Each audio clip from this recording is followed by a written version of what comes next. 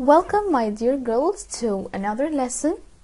Our lesson today is about modal verbs. Remember the modal verbs? It's not a new lesson.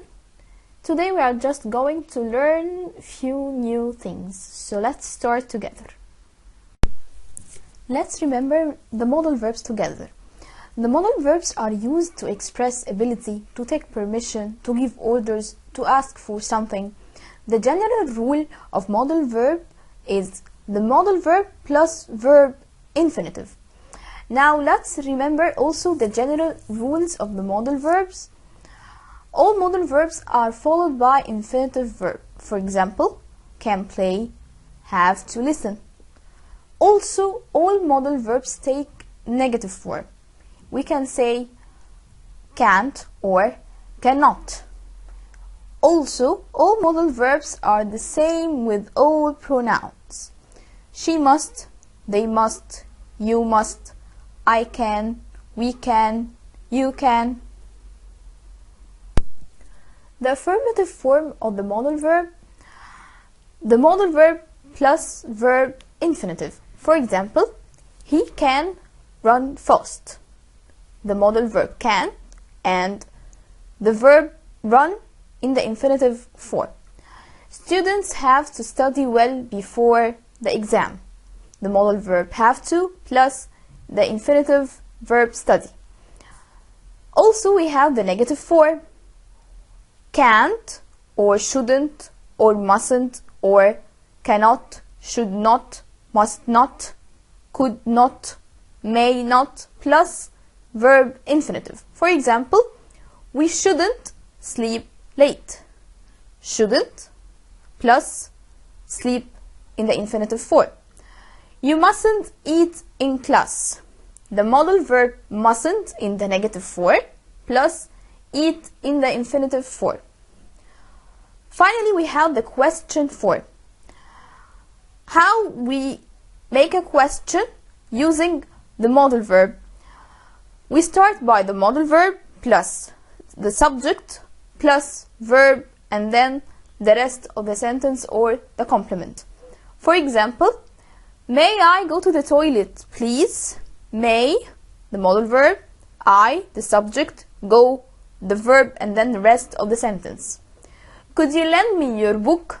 Could, the modal verb, you, the subject, verb, lend, and then the rest of the sentence, and at the end we put question mark. To talk about ability, we use can or could. Can for present tense or in the present tense, and could in the past tense.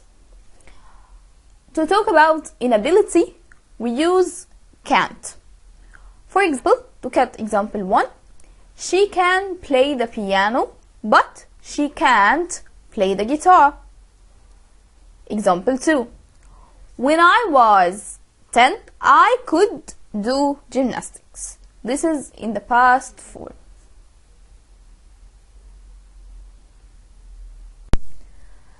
To give an advice, we use should or shouldn't. Should is to give an advice to do something that is good or right, something that is positive. For example, doctors say we should eat lots of fruits and vegetables. Another example, you should sleep early. But look at shouldn't. Shouldn't is also to give an advice, but not to do something. You are advising someone not to do something. Advising him to stop or not to do something that is wrong or bad. For example, you shouldn't eat too many sweets.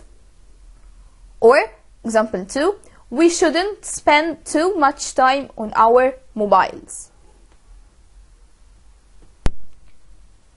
For obligation and necessity, we use must, have to, or mustn't. Okay? Must or have to, also had to. Had to is the past form of must and have to. We use them to give orders or for necessity. For example, look at example 1. You have to do your homework. This is an order. This is a must. Something that you have to do or must do it. There is no option here to refuse or to say no. You have to do your homework. Example 2. Plants must receive light and water to grow up. This is something that is a must, that is necessary, that is important, that plants must receive or have light and water in order to grow up. If they don't receive light and water, what's going to happen? They're going to die. They're not going to grow up. Okay? Mustn't is to give also order, but to prevent someone. You give this order to someone in order to prevent him or to stop him from doing something. For example, look at example 1. You mustn't eat in class. If there is a teacher talking to one of her students, she's going to say, you mustn't eat in class. She is preventing or forbidding or stopping him from eating in class. Example 2.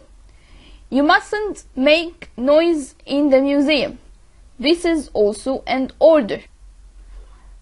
Ordering someone to stop doing or stop making something. Okay, to stop here. Making what? To stop making noise. You mustn't make noise in the museum. Order to stop doing this action. To take a permission or for requests to ask for something, we use can, could, would you mind, or may. Can is informal. What do I mean by informal? The informal use is while you are talking, for example, with one of your friends. Look at the first example.